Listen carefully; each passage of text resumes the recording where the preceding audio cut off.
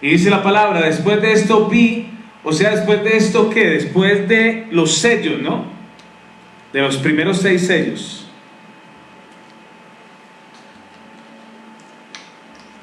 Entonces esto habla de una cronología. Cuando él dice, después de esto vi, o sea, después de los sellos, o sea, después del capítulo 6, Juan ve, ¿qué ve? Dice ahí, vi a 4 ángeles en pie sobre los 4 ángulos de la tierra, que detenían los 4 vientos de la tierra, para que no soplase viento alguno sobre la tierra, ni sobre el mar, ni sobre ningún árbol. Vi también a otro ángel que subía de donde sale el sol, y tenía el sello del Dios vivo, y clamó a gran voz a los 4 ángeles, a quienes se les había dado el poder de hacer daño a la tierra y el mar, diciendo, no hagáis daño a la tierra, ni al mar, ni a los árboles, hasta que hayamos sellado en sus frentes a los siervos de nuestro Dios. Ya va a haber un momento donde van a sellar a los siervos de Dios. Entonces, más adelante dice, los sellados, versículo 4 en adelante. Versículo 4 en adelante. Dice, y oí el número de los sellados. ¿Cuántos sellados? 144,000 sellados. ¿De dónde? Aquí es donde no entienden los testigos de Jehová, que los testigos de Jehová dicen que son solamente 144,000 salvos, pero lo que no saben ellos es que son 144,000 de Israel, de las 12 tribus. Por eso se cae de su peso la doctrina de los testigos de Jehová, y aún pues tienen muchas más doctrinas erróneas los testigos de Jehová, por lo cual señalamos que los testigos de Jehová es una secta. Entonces dice acá, y oí el número de los sellados, 144,000 sellados, de todas las tribus de los hijos de Israel. De la tribu de Judá, 12,000 sellados. De la tribu de Rubén, 12,000 sellados. De la tribu de Gad, 12,000 sellados. De la tribu de Aser, 12,000 sellados. De la tribu de Neftalí, 12,000 sellados. De la tribu de Manasés, 12,000 sellados. De la tribu de Simeón, 12,000 sellados. De la tribu de Leví, 12,000 sellados. De la tribu de Isaacar, 12,000 sellados. De la tribu de Zabulón, 12,000 sellados. De la tribu de José, 12,000 sellados. De la tribu de Benjamín, 12,000 sellados. O sea que son 144,000, 12,000 de cada tribu, escogidos en el tiempo del fin, no del pasado. Estos escogidos no son del pasado, son escogidos de este final de los tiempos. O sea que en algún momento el Señor va a hacer esta obra y va a sellar a 144,000 israelitas, 12,000 de cada tribu, para el tiempo del fin. Más adelante da unas características de estos que el Señor escoge, de estos 144,000 escogidos. Si usted va a Apocalipsis capítulo 14, vaya allá y leemos también, habla de las características de estos 144,000. Capítulo 14 dice, después miré y vi que el Cordero estaba de pie sobre el monte de Sión. O sea, Jesús estaba sobre el monte de Sión. Y esto tiene una revelación y un entendimiento de por qué el Señor estaba en el monte de Sión en ese momento, si no ha vuelto todavía, porque su segunda venida es en el capítulo 19. Pero Él está allá sin darse a revelar a la humanidad. Es lo que está pasando. Y dice que Él está en el monte de Sión, y con Él, ¿quiénes? ¿Qué dice la Biblia? 144,000 que tenían el nombre de Él y el de su Padre escrito en la frente. O sea, los 144,000 sellados con el nombre de Jesús y el nombre del Padre, como dice acá la palabra. Sellados, escogidos. ¿Qué dice el versículo 2? Oí una voz del cielo como el estruendo de muchas aguas y como el sonido de un gran trueno. La voz que oí era como de arpistas que tocaban sus arpas. Cantaban un cántico nuevo delante del trono y delante de los 4 seres vivientes y de los ancianos. Nadie podía aprender el cántico, o sea, del cielo nadie podía aprender el cántico, y mucho menos de la tierra, sino aquellos 144,000 que fueron, ¿qué dice la palabra? Redimidos de entre los de la tierra. O sea, Dios los redimió, los selló y aún los levantó de estar en la tierra. Por eso el capítulo 7 habla del rapto de la iglesia, y el Señor arrebata a estos 144,000 con la multitud del versículo 9. Ellos han sido redimidos, 144,000 escogidos de la tierra, y da las características de estos hombres, de estos 144,000 sellados. Dice: estos son los que no se han contaminado con mujeres, pues son vírgenes. O sea, son personas que no tuvieron relaciones sexuales, que su sexualidad era una sexualidad limpia, consagrada. Pero recuerden, no son gentiles, no son de otro pueblo, son israelitas, 12,000 de cada tribu, para entender. Y dice: pues son vírgenes, son los que siguen al Cordero por donde quiera que va. O sea, donde va el Señor, ellos van detrás del Cordero. Son escogidos para acompañar a Jesús en el tiempo del fin. Estos fueron redimidos de entre los hombres como primicias para Dios y para el Cordero. En sus bocas no fue hallada mentira, pues son sin mancha delante del trono de Dios. O sea, gente con unas características de pureza, de santidad, que aún su boca era limpia. O sea, el Señor va a escoger 144,000 para el tiempo del fin, gente muy consagrada, gente muy limpia, y son israelitas. Hasta ahí vamos con este mensaje, con esta palabra. Vamos a la multitud de vestidos de ropas blancas.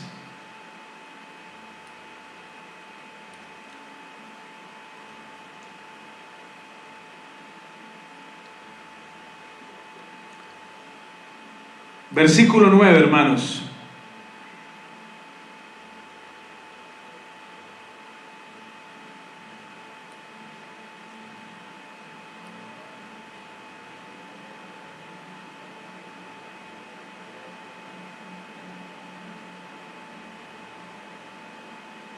Muy bien.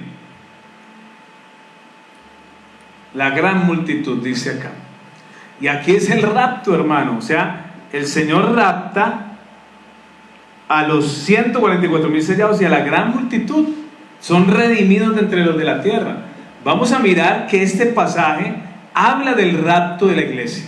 Habla del rapto, hermano. Póngale atención. Vamos a leerlo. Vamos a mirar. Vamos a escudriñar la palabra. Y acá dice, versículo 9: después de esto, o sea, después de los 144,000, Juan dice: después de esto miré, ¿y qué vio Juan? ¿Qué vio Juan, hermanos?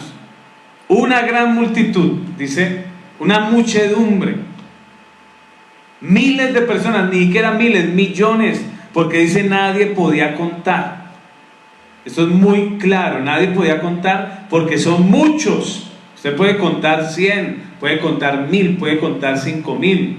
5,000 usted los puede contar. ¿Cuánto se demora contando 5,000 personas? Usted puede contar 10,000, puede contar hasta 1,000,000, puede contar hasta 10 millones, pero usted se va a demorar cuánto tiempo ahí contando, pero los puede contar. Aquí dice la palabra que nadie podía contar. Son muchos, son millones de personas.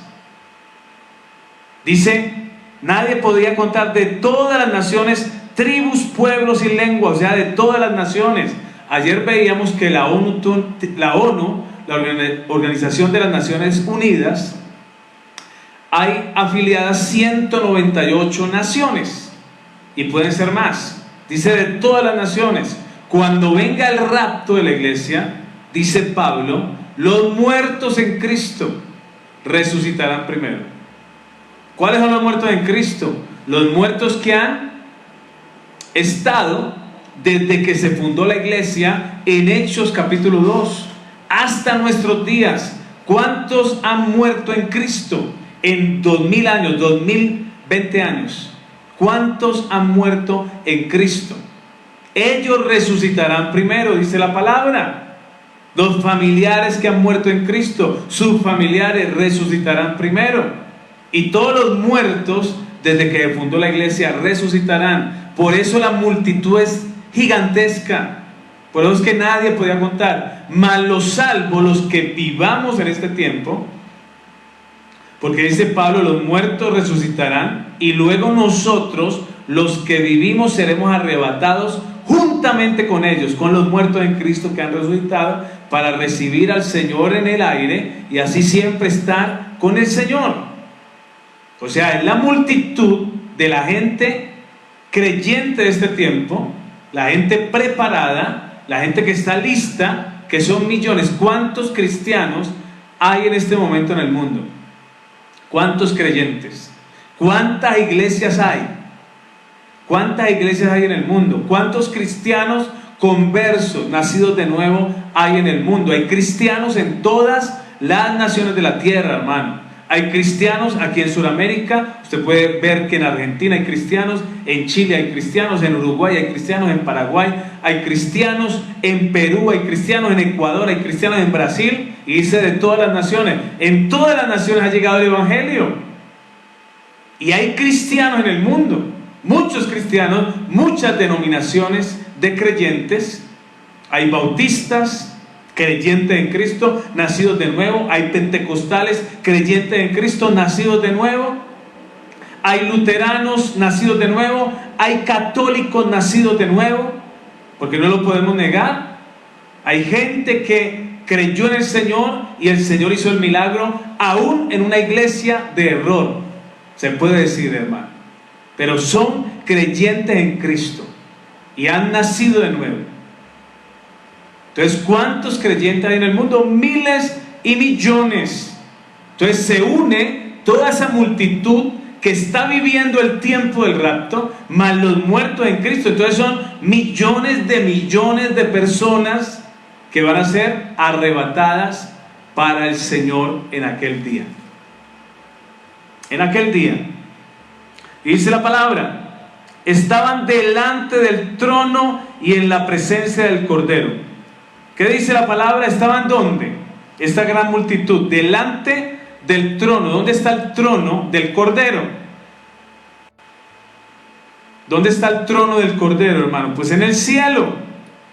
Estaban delante del trono y en la presencia del Cordero. Estaban delante del trono, en el trono en el cielo, y la presencia del Cordero de Jesús estaba ahí con ellos. Y dice vestidos de ropas blancas. O sea, eso da una señal de santidad. Son gente santa. La Biblia dice, sin santidad nadie verá al Señor.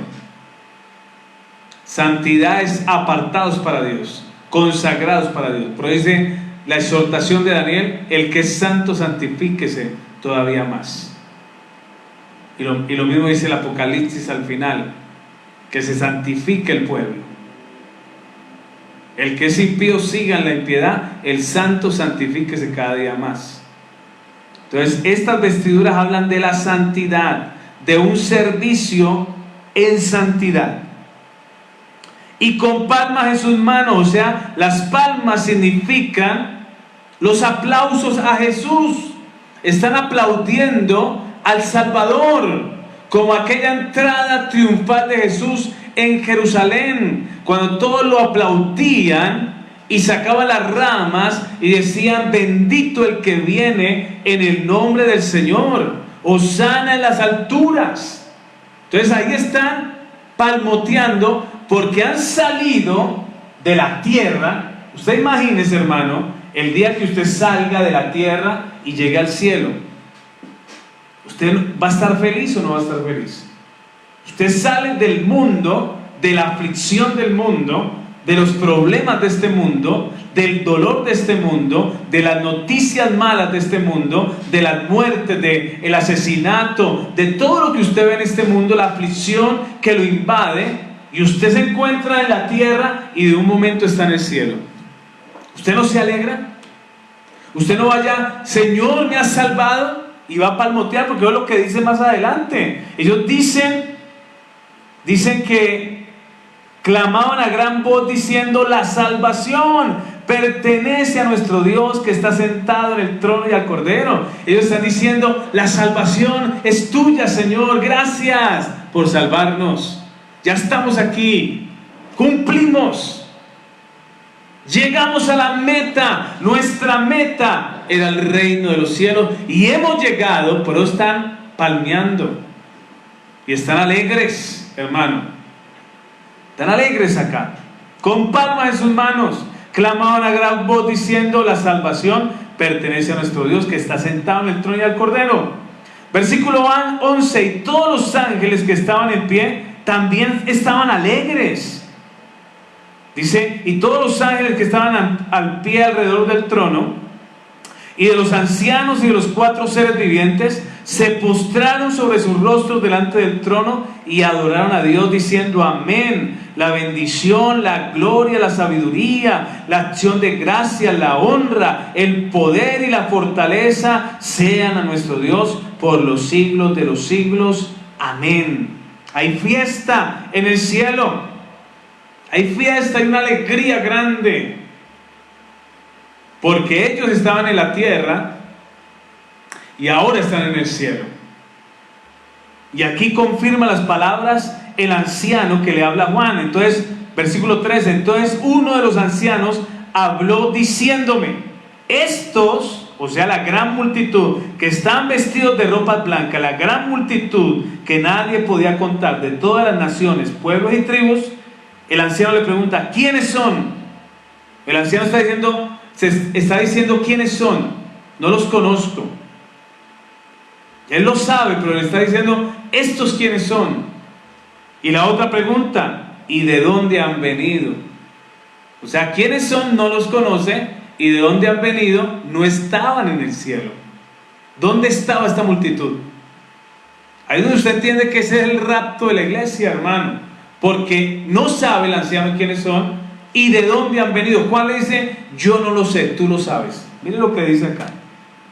Yo le dije, versículo 14: Señor, tú lo sabes. Él me dijo, el anciano se contesta y le contesta a Juan y nos contesta a todos. A la iglesia le dice: él me dijo, estos son los que han salido de la gran tribulación. ¿Dónde está la tribulación? ¿En qué planeta, hermano? ¿En qué planeta está la tribulación? Dígamelo. La NASA dirá que en Júpiter, o que en Plutón, o que en Marte. Pero aquí estamos hablando desde la tierra.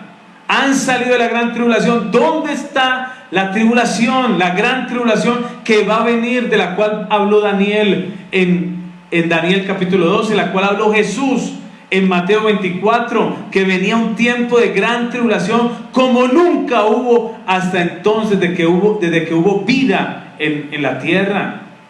Aquí está hablando de la gran tribulación. Ellos han salido de la gran tribulación, no la van a vivir, no van a vivir la mortandad, no van a vivir que los maten, que los decapiten, como lo que va a suceder después.